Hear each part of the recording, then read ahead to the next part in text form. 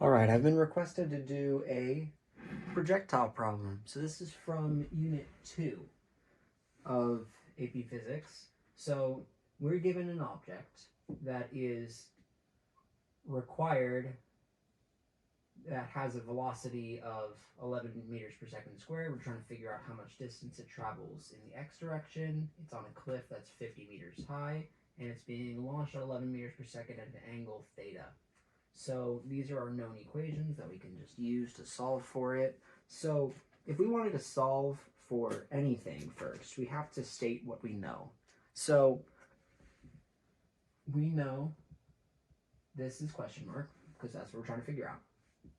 We know our distance in y is negative 50. Let's keep in mind that if this is the 0 point, then where we're trying to land is 50 meters below it, so it's negative 50. It's not positive 50 just because that's the height of the thing.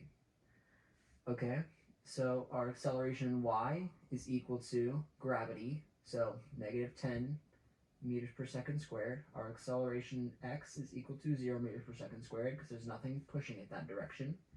Theta is given 40 degrees. Velocity is given, starting velocity is given 11 meters per second. Okay, so now before we do anything, let's split this velocity, because it's at an angle, let's split it up into its two components, v naught x and v naught y.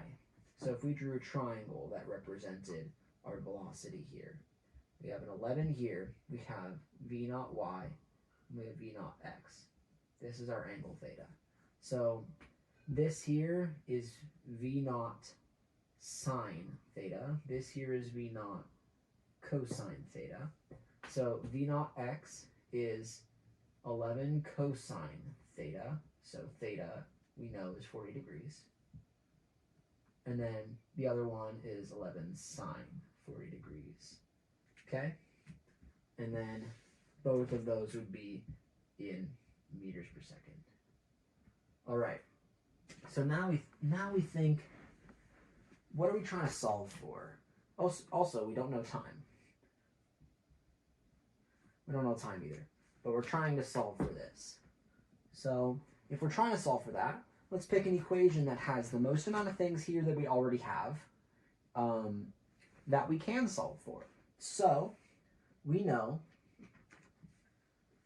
our distances, we know our accelerations, we know theta, which isn't in any of the equations, so we don't need to think about it. We know our v naught x and y's, okay? So this one doesn't have distance, so we're not going to use this one. This one has distance, but it also has a final velocity, and finding final velocity is actually harder than doing just distance. So we're going to use this second one. And I forgot to put a square there, so that's going to be there as well. That's kind of crucial to the equation. All right, so let's set the equation up now. We have distance in x is equal to v naught x t plus 1/2 ax t squared. All right, so a of x, or ax is equal to 0, so all of this cancels out. So our distance x is equal to v naught x t. Okay, so that's our distance x. And then this all becomes a 0 because of this is 0. So this, though, we need time. We don't have time. So how do we get time? Well, we have a definite distance in the y direction, negative 50. So if we solve for time and the amount of time it would take for it to reach the bottom in just the y direction, then we can just plug in whatever time we get for our x direction. So let's go like this. Distance in y is equal to v naught y, everything changes now, time plus 1/2 ay t squared. Okay, so distance in y is negative 50. Negative 50 is equal to v naught y is 11 sine 40 degrees, put this all in parentheses, times time plus 1/2, our acceleration in y is -10, and then t squared. All right, this looks suspiciously like a quadratic. That's because it is 1. So let's get this down so it all equals 0 and everything is in degree order. So just squared comes before everything else. 0 is equal to 1/2 times -10 is -5 t squared plus 11 t sine 40 degrees. Yes, I can do that. 11 times, so all of this times t is the same as 11t sine 40 plus 50. So we add that 50 over. All right. Now that we know that, let's just make it easier on us and not do that. 11 sine 40, because that'll make setting up our quadratic equation easier. Okay, so we have our quadratic equation. So a is equal to -5, b is equal to 11 sine 40 in degrees. Make sure your calculator is in degrees. C is equal to 50. All right. Now our quadratic equation is x is equal to -b plus or minus the square root of b squared minus 4ac all over 2a. So if that's our quadratic equation, now we solve. So x being t right now, x is equal to t. Don't make noise. T is equal to -b, -11 sine 40, yes, this is going to get very messy, plus or minus the square root of 11 sine 40 degrees squared minus 4a is -5, c is 50, okay, all over 2a, 2 times -5, okay? Now we plug this in, plug this monster in. Gosh, this is going to be annoying to do. Okay, I'm going to put it up close to the camera. Okay, so I have a graphing calculator. I can actually just plug this initial thing into a graphing calculator and then just solve for things there, but I'm not going to because not all of you guys do. So -11 sine 40 plus square root 11 sine 40 squared. Make sure all of the inputs are correct for -5, 50 over -10. Okay? We have a negative number now. So that means that this is not the way it goes. So because this is a negative number, and because there's two solutions, there's a positive and a negative solution, let's try the negative solution and see if we get a different thing that's positive. 3.947. Okay, that's our time. It has to be positive. If both of them are negative, then you either plugged it into the calculator wrong, or you did something wrong down the road, and I'd say redo everything and then just hope that it comes out as a different answer, which is what I did at first. There was actually 2 takes to this video. But yeah, I just plugged it into my calculator wrong. So now, because there was a positive and a negative version, this positive one gave us a negative number. So we switched the negative version, and then that one gave us a positive number. So this is our time. So time is equal to 3.9474. I'm going to try to round that as little as possible. Okay?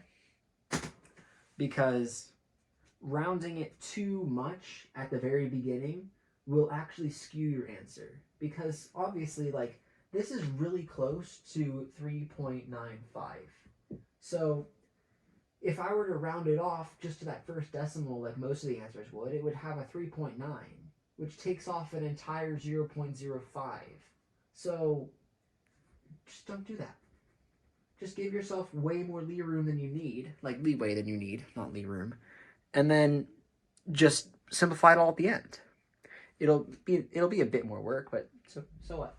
Okay, so now that we have time, we plug in this t for this. Change in x is equal to v naught x, 11 cosine 40 degrees times the time, which is 3.9474. 3.9474 seconds. Okay? And then now, plug this back into a calculator. 11 cosine 40 times 3.9474 is 33.26. Distance in x is equal to 33.26 meters. So this would be the answer to everything. And now, I mean, let's think about it a little bit. 11 meters per second. How fast is that in miles per hour? Let's just think as if this were a baseball right now. So meters per second, if we convert meters per second to miles per hour, so 11 meters is how many kilometers? 11 meters is 0.011. 0.011. Is it 11 divided by 1,000? Yeah, 0.011 kilometers divided by 1.61 is the number for the conversion of kilometers to miles. That, and then now we're looking for seconds to hours. There are 3,600 seconds in 1 hour times 3600. So that's 24.59. So the average, baseball pitch in the pro leagues is somewhere around, I believe, 90 miles per hour. So pretty much 3 times this. So it's pretty much as if you went woo, and just threw a little bit. This is the speed limit in an average area. And then over 4 seconds, so 4 counts. If we took 4 counts and we went, yep, you travel that much, that much, that much, that much, where you're going 25 miles per hour over that many counts. 33.26 in 4 seconds, I mean, that checks out. If you think about how much distance you'd travel, yeah, that checks out. If you're traveling that fast, we would be like 1, 2, 3, 4. Yeah, that checks out. Another thing is, let's see how much distance just in the x direction, so we can do that a bit more evenly.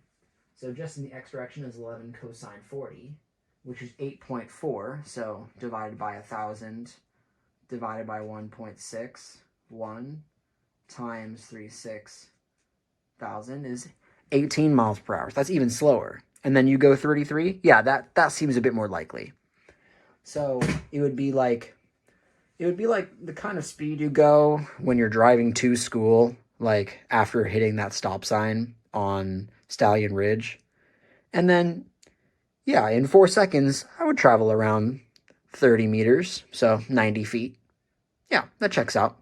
So, I mean, just that little thought process of, yeah, that checks out, can help you rule out any unruly answers. Like, say I accidentally put 39 point something, then that would mean that this would be 330. And it's like, wait, when driving down Stallion Road, I don't travel 1,000 feet in 4 seconds.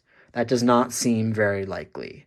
So then you go back in your work and you see, oh, I accidentally plugged in 39 as opposed to 3.9. And it's just those little mental checks that will save you, making sure that all your work makes sense.